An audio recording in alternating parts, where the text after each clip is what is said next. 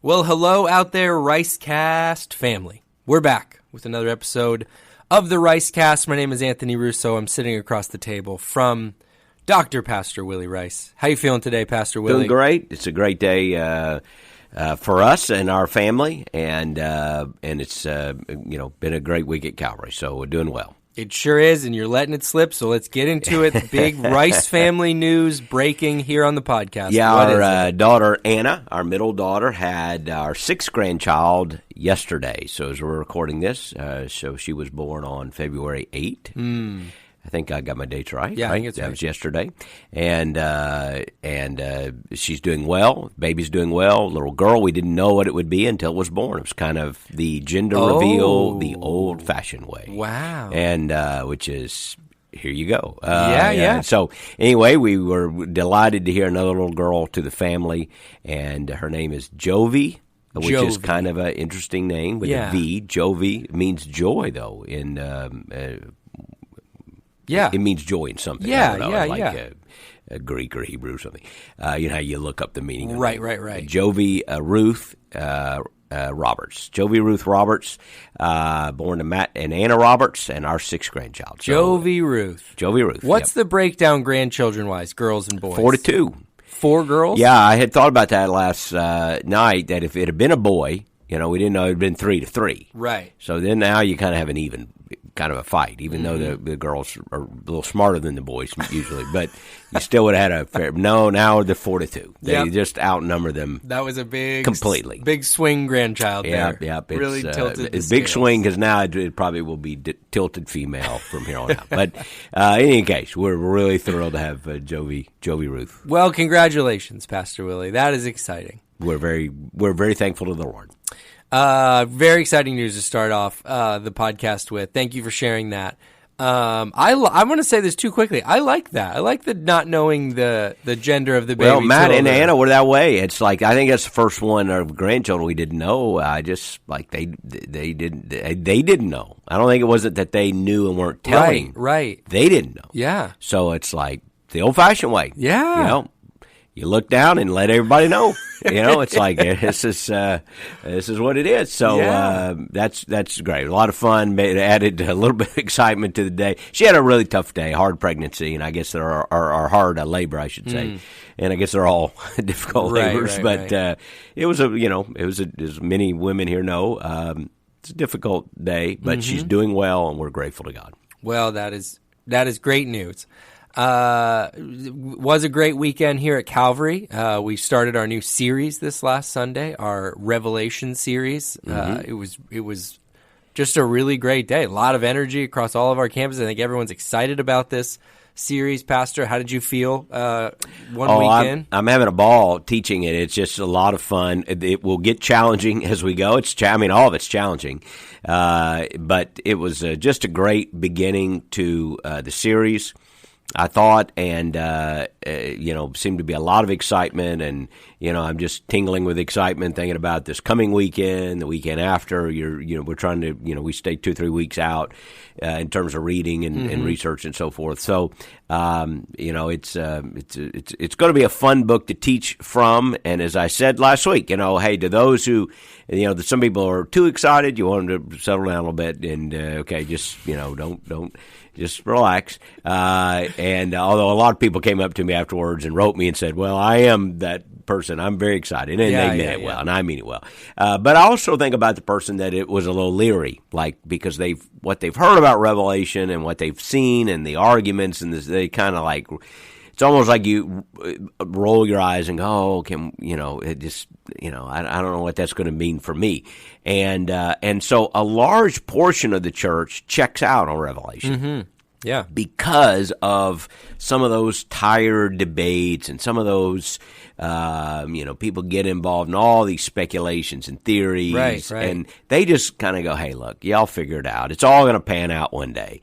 Well, I get that too. But there is a blessing in this book. And as I tried to say Sunday, I think You don't have to be fascinated about biblical prophecy or obsessed with what's going to happen to find in this book a rich and powerful message for every single one of us who are Christ followers. And then it speaks to us today, and it gives us hope and strength right now. Yeah.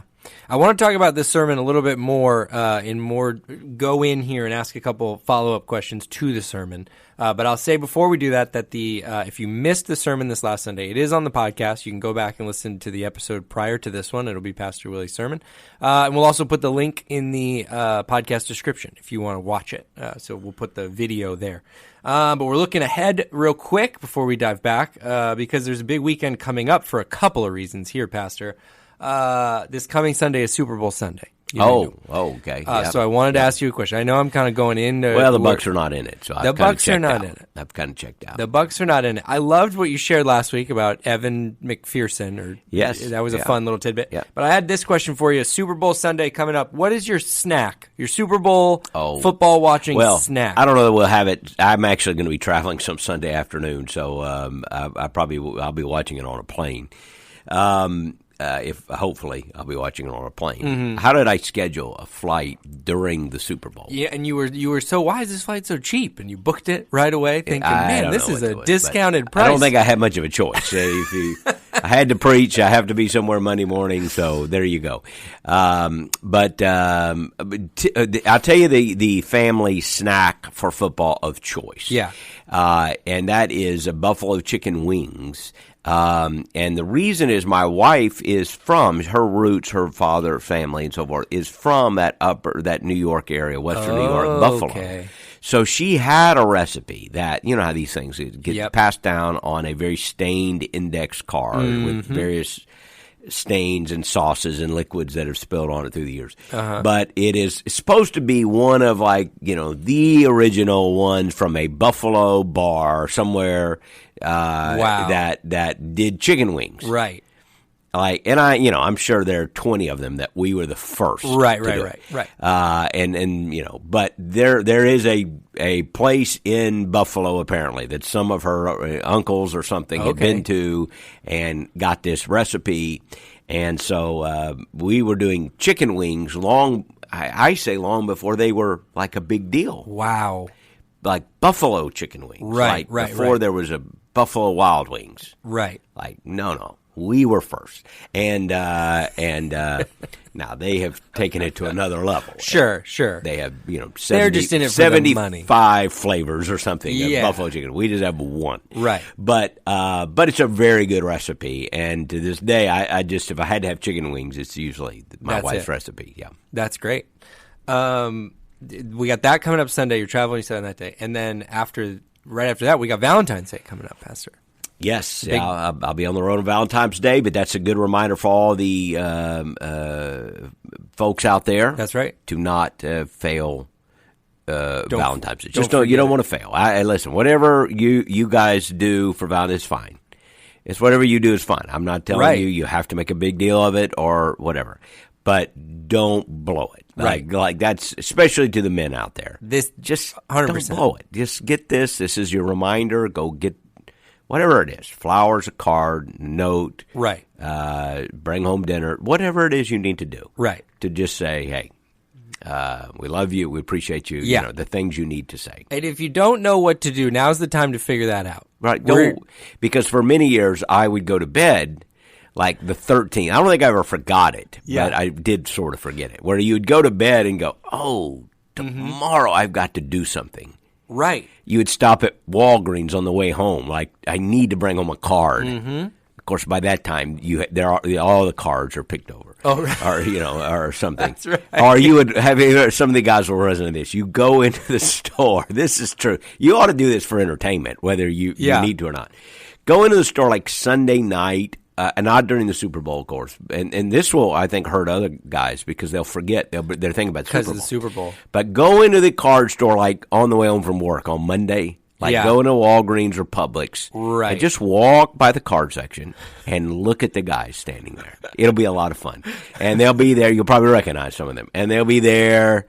And they're like, you just see the look on their face, like, right. Oh man, I should have been on this before now. And they're trying to pull it out of the ditch.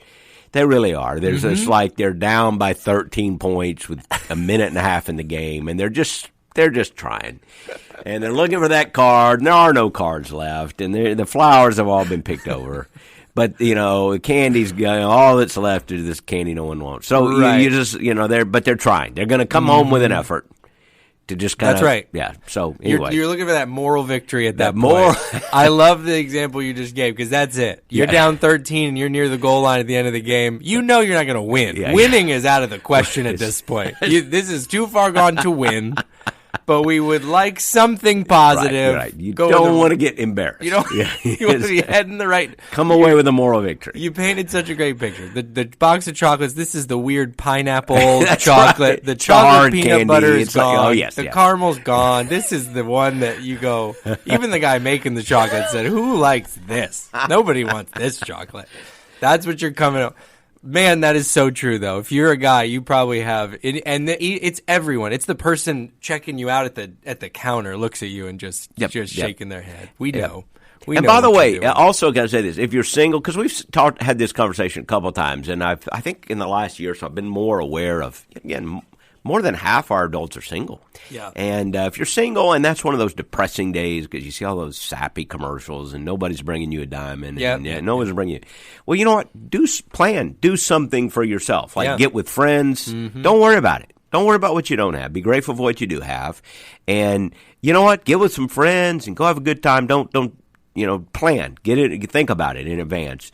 And if you need to, just do something fun.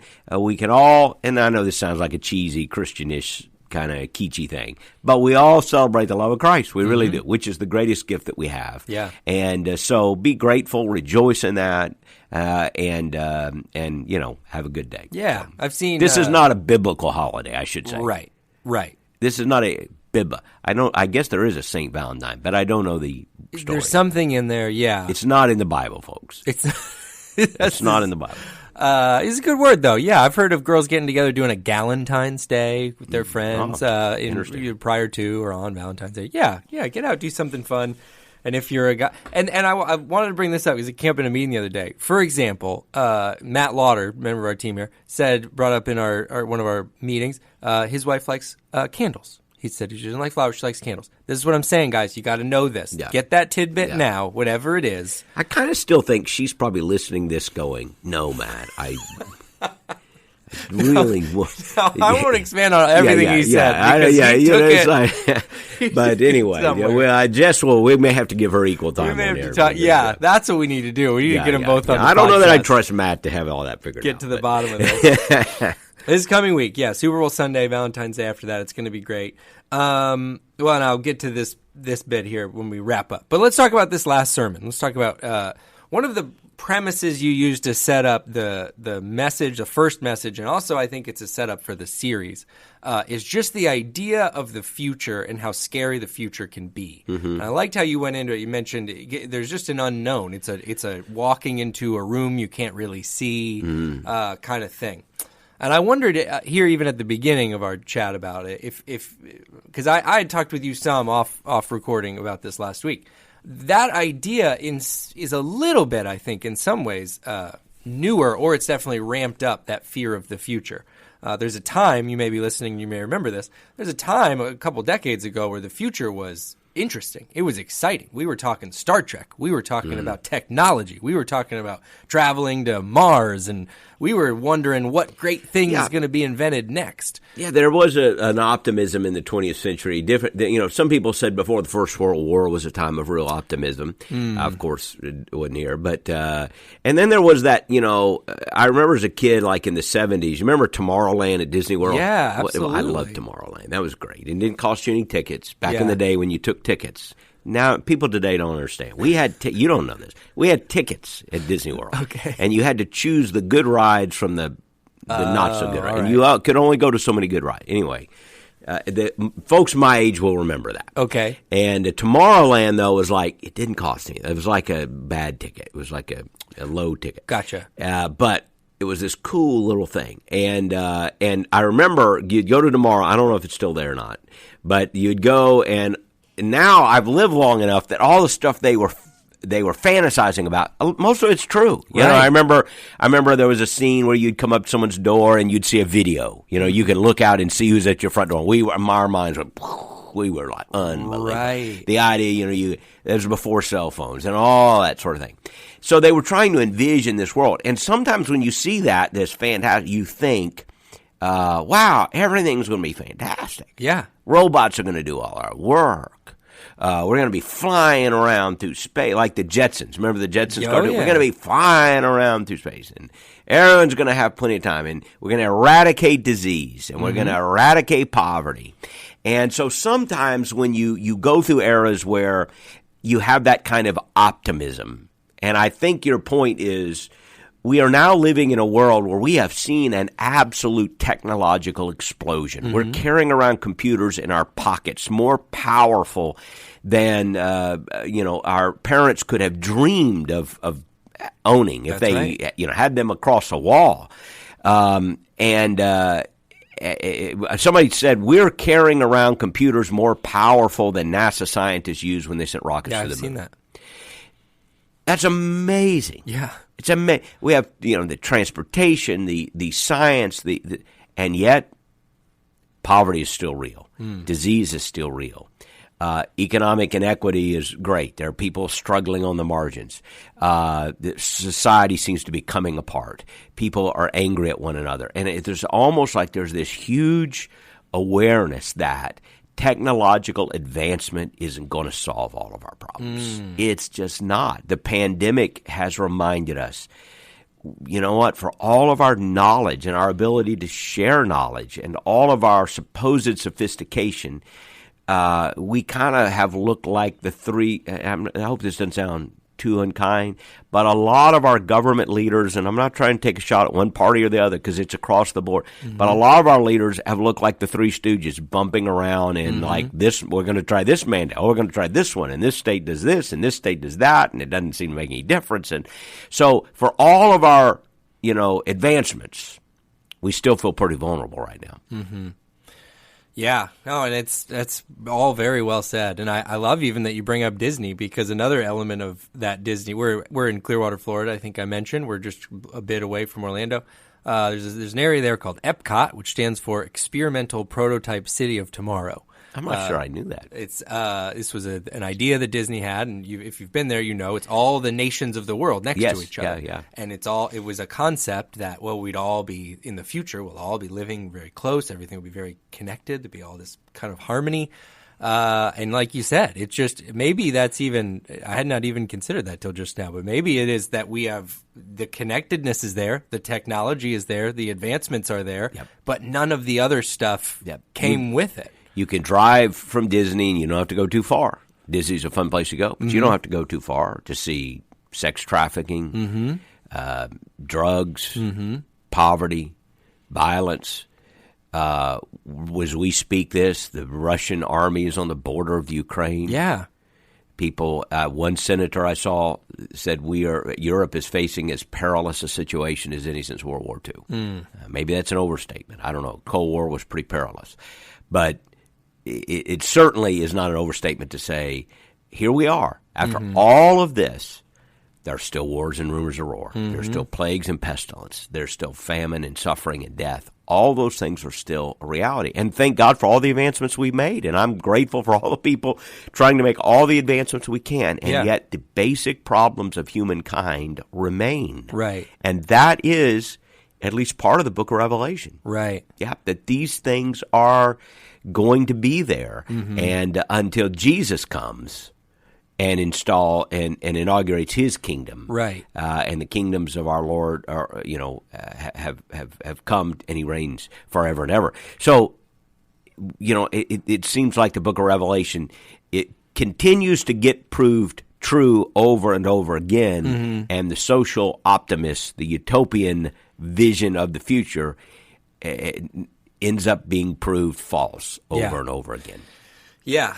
So to kind of continue along that narrative, I was saying there was that time of the optimism, and then we got there, and we mentioned some about the arts. You mentioned something about the Jetsons and some of those things. And you see that, the reflection of that in the way that people are telling stories now. When you look to the future, everything is a dystopia. Everything has fallen apart. You look you think about series. You think about series like The Hunger Games and some of these different things. They look towards the future and they see bleak. They see a destroyed planet, a destroyed country. They see, at least in the American conscious, which is the one I can speak most for that we're experiencing.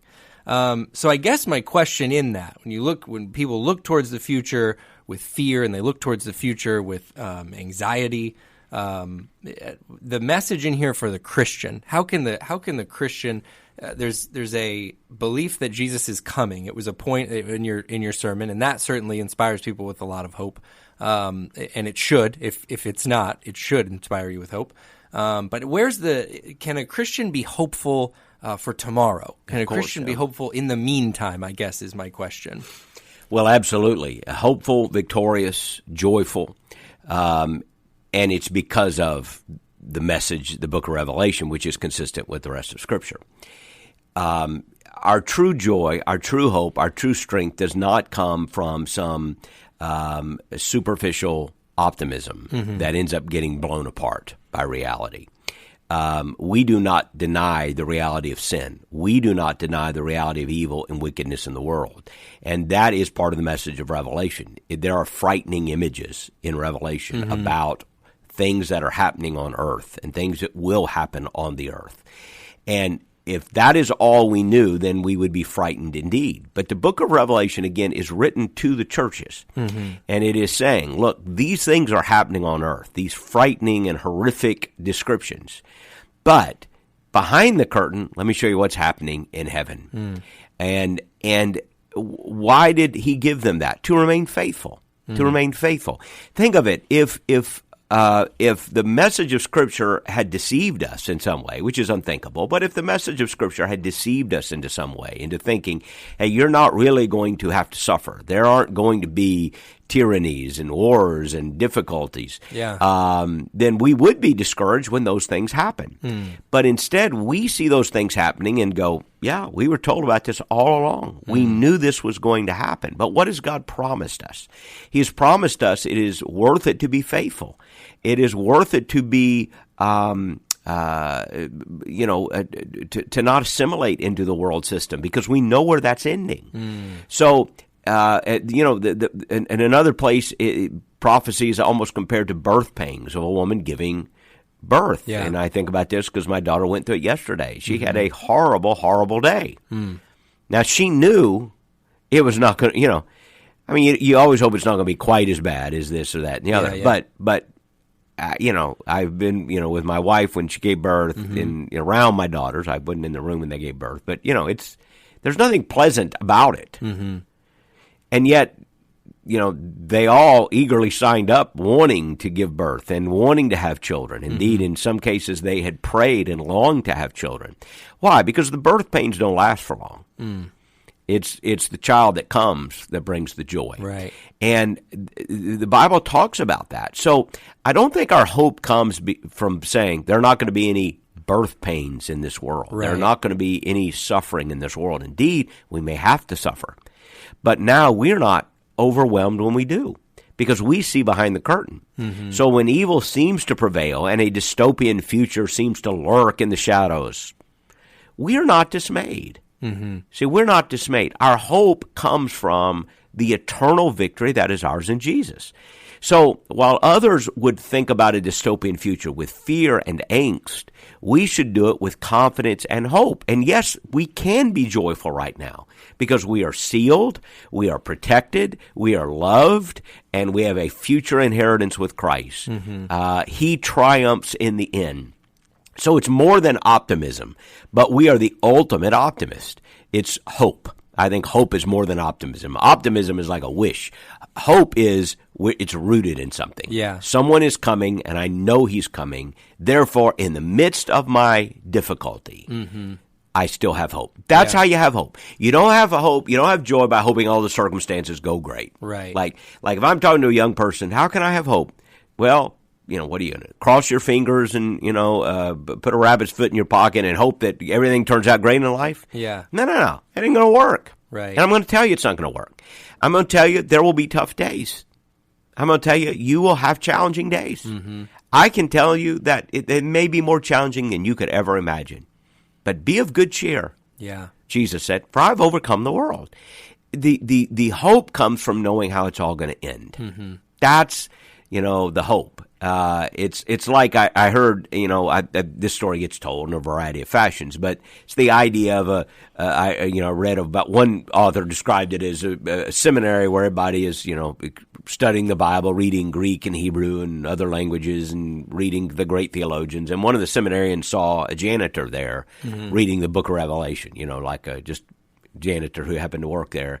And he's reading the book of Revelation. The seminarian who had just, read several books in Latin on it and, had been through a number of seminars, kind of scoffed and said, you're reading Revelation. Do you understand what you're reading? Mm-hmm. And he was surprised when the simple man said, I understand it completely.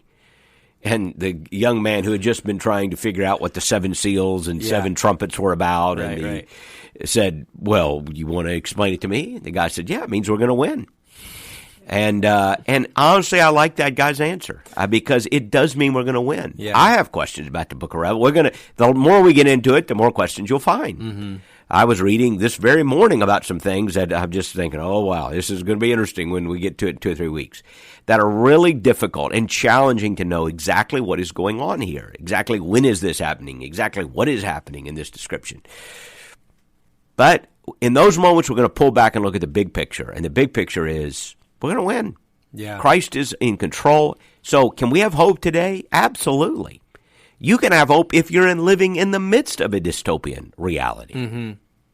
You can listen, Paul and Silas sang in prison. What we've got to do is be able to recover that kind of faith that isn't driven by the circumstances, but is driven by this eschatological view that Christ overcomes. Mm-hmm. And I'm afraid in the American church, we are still so concerned about what is going on around us that we don't, even our worship sometimes is so in the moment, in the now. And that's good. I get that. But worship should lift us to a higher place and give us an eternal view that allows us to be faithful now, in the midst of the chaos now. The real witness of Christ will be those Christians who are suffering, who are grieving, who are hurting, who are puzzled, and yet still full of joy. Yeah. I think if we're not, then we're missing a real biblical eschatology to know where we're going. Mm-hmm. So just like the woman approaches the delivery room, yes, with trepidation, yes, knowing the next hours may be difficult, even painful, and as two men, more painful than anything you and I could probably conceive of or wish to conceive of. But they still do it with a sense of excitement and hope and optimism because they know what's coming out on the other side. There's a great hope in that. And I love a lot of the stuff you brought up just now, and you touched on a lot of this at the beginning of the sermon this last weekend, but especially when you consider the audience to whom this was originally written. I mean, the sentiment of "do not be afraid," which was kind of where it all landed this last week.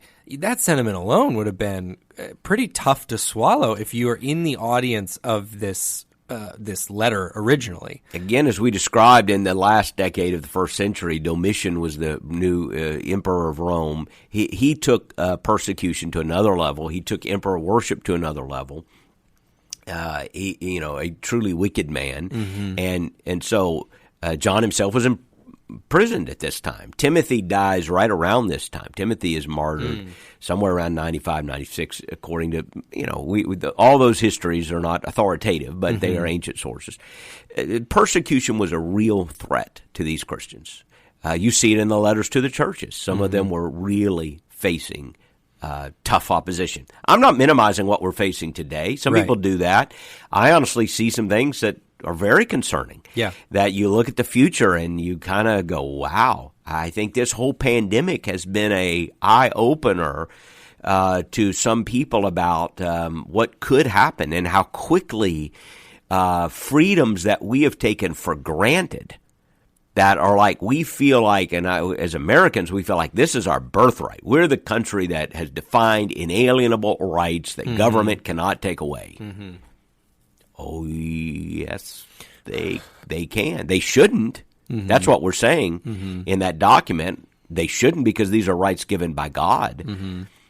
But they could. And I understand people have mixed ideas about how we've tried to process this pandemic, and I'm not trying to be overly critical. Some people have tried to do things I want to believe out of the right motives. But it is amazing to me how quickly some things that we thought would never happen, we see happen. And people were willing to let it happen. They almost wanted it to happen because they thought it would keep them safe. Yeah. And I think for people who are looking closely and watching closely, there are some real concerns.